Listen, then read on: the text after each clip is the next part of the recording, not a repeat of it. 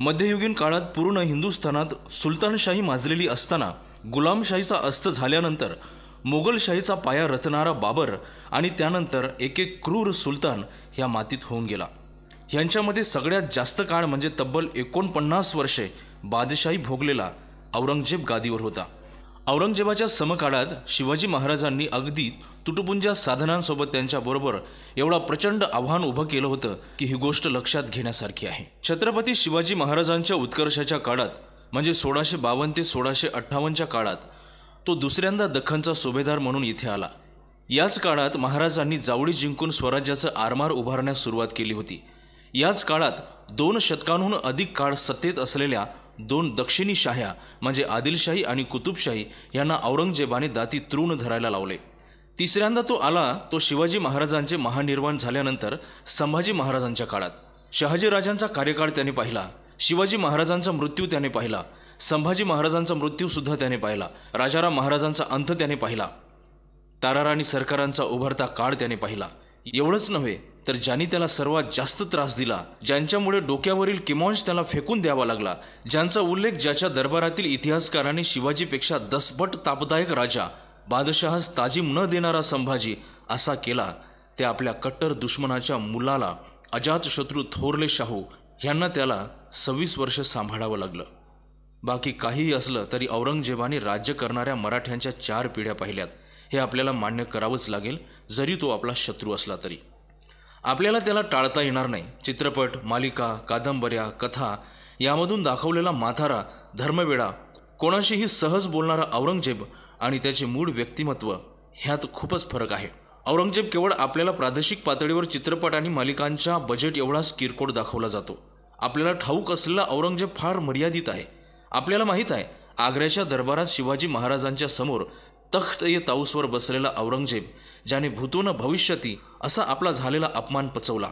संभाजी महाराजांचा क्रूर छळ करून त्यांची हत्या करणारा औरंगजेब आपल्याला माहिती आहे, पण आपल्याला तो औरंगजेब माहीत नाही जो वयाच्या 35व्या वर्षी बुऱ्हाणपुरात आपल्या मावशीकडे गेलेला असताना एका बाईच्या प्रेमात पडला होता।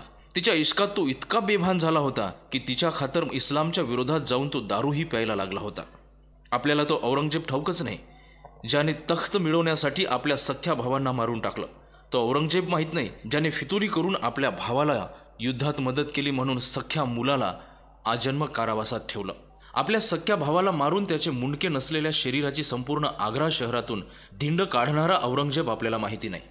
14 वर्षांचा असताना हत्तीसमोर निडर होऊन उभा राहिलेला औरंगजेब आपल्याला माहीत नाही। खरं तर 60च्या आतला औरंगजेब आपण आपल्या कल्पनेतही कधी आणला नाही। आपल्याला ठाऊक आहे की 12 मावळांतील काही रांगड्या मर्दांना बरोबर घेऊन महाराजांनी आग्र्याचे वैभव बघितले। औरंगजेबाबरोबर त्याच्या दरबारात ती ऐतिहासिक सिंहगर्जना केली, पण महाराजांनी ज्याचा अपमान केला त्याचीही उंची आपल्याला समजून घ्यायला हवी। महाराजांच्या चरित्रांची उंची ही नक्कीच औरंगजेबापेक्षा खूप मोठी आहे। औरंगजेबाने आपली सगळी क्रूर कृत्ये धर्माच्या नावाने खपवली। बरेच इतिहासकार आणि सामान्य लोक या मतावर ठाम आहे की तो धर्मांध होता आणि कट्टरतेने इस्लामचे पालन करायचा। पैगंबराने इस्लाममध्ये शांतता प्रस्थापित करण्यासाठी जो संदेश दिला होता तो औरंगजेबाच्या कृतीत कुठेच दिसत नाही। उलट त्याचं पूर्ण आयुष्य हे सत्तेसाठी केलेल्या क्रूर कृत्यांना कुराणातील लिखावटीमध्ये संदर्भ मिळावे म्हणून ओढाताण करण्यात गेले। सत्तेसाठी भावाचा वध करा, बापाला विष देऊन ठार करा असे इस्लाम सांगत नाही। त्याचा जीवनपट म्हणजे पाण्या इतका स्वच्छ असा सत्ता संघर्ष आहे। इस्लामचे आचरण करण्याचा त्याचा ढोंगीपणा आपल्याला कैक उदाहरणांमधून दाखवता येईल। यावरून ते आपल्या लक्षात येईल की औरंगजेब हा फक्त इस्लाम ताकदीचा वापर करून घेत होता। पहिल्यांदा औरंगजेबाचा महाराजांशी संबंध आला तो आग्रा भेटीत।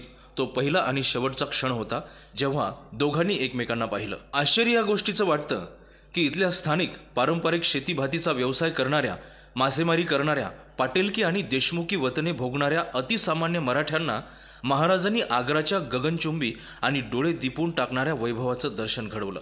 स्वतः पाहिलं। विचार करा, तो बादशहाचा 50वा वाढदिवस होता। फक्त महाल सजवण्यासाठी दिल्लीहून आग्र्याला 1600 बैलगाड्या भरून सजावटीचे साहित्य गेलं होतं। मग आग्र्याचा तोरा त्या दिवशी काय असेल? परंतु हिंदुस्थानच्या बादशहाला एका सामान्य जमीनदाराच्या मुलाला भेटावंसं का वाटतं? त्याला हिंदुस्थानात शत्रू कमी नव्हते। त्याचा सगळ्यात मोठा शत्रू हा पर्शियन बादशाह होता, ज्याने कंदाहारसारखं मातब्बार ठाणं जिंकून मोगलांचं नाक दाबून ठेवलं होतं। ज्याला उझबेकी टोळ्यांपासून धोका होता, त्याला अफगाणी लुटारूंपासून धोका होता, आसाममध्ये स्वर्गदेव चक्रवर्ती सिंहच्या सेनापती लचित बडकुपने नुकतंच डोकं वर काढलं होतं. तरीही फार लांब कुठेही दखनेत एका वतनदाराच्या मुलाने 30-40 किल्ले जिंकून स्वतःचं राज्य निर्माण करण्याचा निर्णय घेतला.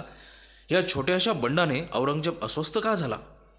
कारण शिवाजी महाराजांचं बंड हे बंड नसून ती एका स्वतंत्र राष्ट्र निर्मितीची नांदी ठरू शकते हे सर्वात आधी औरंगजेबाला समजलं असावं. शिवाजी महाराजांनी सुद्धा तिथल्या वैभवाचं दडपण आपल्यावर अजिबात येऊ दिलं नाही.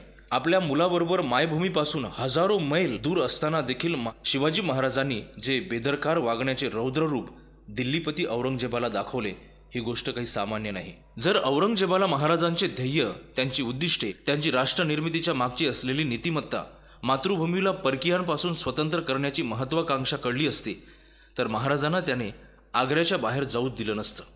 शिवाजी महाराजांना तो पूर्णपणे समजू शकला नाही.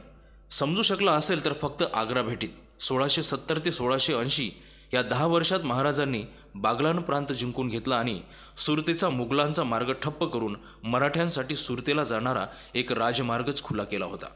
राज्याभिषेकाच्या वेळी मोगलांना शांत ठेवण्यासाठी महाराजांनी बहादूर खानासोबत तात्पुरता खोटानाडा तह केला. त्याला बहादशहाची मंजुरी होती. जर त्याला खरंच महाराजांपासून धोका कळला असता तर तो तहाला मंजूर झालाच नसता.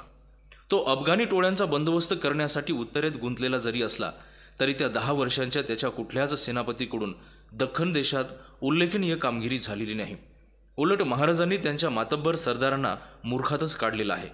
नंतर जेव्हा 3 एप्रिल 1680 रोजी शिवाजी महाराजांचे महानिर्वाण झाले तेव्हा तो खडबडून जागा झाला. त्याला कळलं की आपण किती गमावलं. त्याला कळलं की आपण 1652 ते 1658च्या सुभेदारीत ज्या सुभ्याचा बंदोबस्त मुर्शिद कुली खानाकडून व्यवस्थित करून घेतला होता, 1 कोटीचा वसूल असलेला दख्खन सुभा आपण 3.5 कोटींवर आणून ठेवला होता, त्या सुभ्याचा 75% भाग हा शिवाजी महाराजांनी गिळलेला आहे ही जाणीव औरंगजेबाला त्यावेळी झाली आणि पूर्ण सामर्थ्यनिशी तो खाली आला. पण छत्रपती शिवाजी महाराजांविरुद्ध 10 वर्षे लढताना औरंगजेबाच्या सैन्याने आत्मविश्वास गमावला. जिद्द हरवून बसले. ती जिद्द, ती शक्ती, तो आत्मविश्वास ते पुढील 26 वर्ष पुन्हा मिळवू शकले नाही. औरंगजेबाच्या पराभवाचं खरं कारण ह्यात आहे. त्यानंतर औरंगजेबाच्या आगमनालाच संभाजी महाराजांनी त्याच्यावर सलामीची तोफ डागली. त्याचे पहिले प्रेम प्रकरण ज्या शहरात घडले ते बुऱ्हाणपूर शहर संभाजीराजांनी लुटून फस्त केले. त्याला कळले जे मराठे आधी आपल्यासाठी तलवारी परजायचे ते आता आपल्याविरुद्ध तलवार उगारायला घाबरत नाही. त्याला कळाले ज्यावेळी शिवाजी महाराजांनी शाहिस्तेखानाची बोटं कापली त्यावेळेस पूर्ण मराठ्यात हा आत्मविश्वास निर्माण झाला की आपण बादशहाच्या मामाची बोटे कापू शकतो तर बादशहाच्या काब्याला सुद्धा हात घालू शकतो. पुढे तर ज्यावेळी संताजी बाबांनी औरंगजेबाच्या तंबूचे कळस कापले त्यावेळी मराठ्यांची मजल कुठपर्यंत गेली होती याची कल्पनाच न केलेली बरी. जे मराठे आपल्या लाखभर सैन्य असलेल्या छावणीत घुसून आपला तंबू जाळू शकतात ते मराठे एक ना एक दिवस आपल्या गळ्याला तलवारसुद्धा लावू शकतात हे औरंगजेबाला चांगलंच कळलं होतं. वास्तविक तिथून त्याने परतीच्या प्रवासाला निघायला हवं होतं पण तो हट्टी होता. ही गोष्ट त्याने त्याच्या स्वाभिमानावर घेतली. त्यामुळे त्याचे पुढचे सगळे निर्णय चुकत गेले. शेवटी तो बालाघाट प्रांतात घुसला. वसंतगडाच्या पायथ्याला लागलेल्या त्याच्या पहिल्या पावलानेच आसमानाला ढुसण्या देणाऱ्या त्याच्या सत्तेच्या गगनचुंबी मनोऱ्याला शेवटी घरघर लागले. ज्यावेळी शिवाजी महाराजांनी त्याच्या अधिकाऱ्याला पूर्वी लिहिलेल्या एका पत्रातील हे वाक्य त्याला कुणीतरी सांगायला पाहिजे होतं. शिवाजी महाराजांनी लिहिलं, तुम्ही सगळे अधिकारी आपल्या बादशहाला खोटे वृत्तांत लिहून कळवता. तुम्हाला ह्या गोष्टीची लाज कशी वाटत नाही? माझा प्रांत हा तुमच्या बादशहाच्या मुलखासारखा मैदानी नाही तर डोंगर दऱ्यांनी वेढलेला आहे. माझ्या मुलखात जिथे तुमच्या कल्पनेचाही अश्व नाचवणे अवघड आहे तिथे तुम्ही हा मुलूक जिंकण्याचा वल्गना करता. माझ्या मातृभूमीचे संरक्षण करणे हे माझे पहिलं कर्तव्य आहे.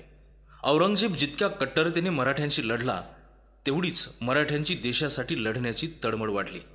तेवढाच कडवा प्रतिकार मराठ्यांनी केला. रायगडावर 32 मन तख्तावर पेटलेली क्रांतीची ठिणगी हे औरंगजेबाच्या अहमदनगरला पूर्ण नेस्तनाबूत करण्यातच शांत झाली.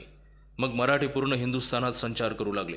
ज्यावेळी शिवाजी महाराजांनी प्रथम आग्रा शहर पाहिले त्यावेळीच कदाचित त्यांना कळले असावे की वरून हत्तीप्रमाणे शक्तिशाली आणि बडकट वाटणारी ही मोघलशाही आतून पूर्ण पोखरलेली आहे. इथे अनागोंदी कारभार चालतो आणि यावरच आपण नक्कीच आपला अंमल प्रस्थापित करून पूर्ण हिंदुस्थानावर आपलं स्वराज्य प्रस्थापित करू शकतो.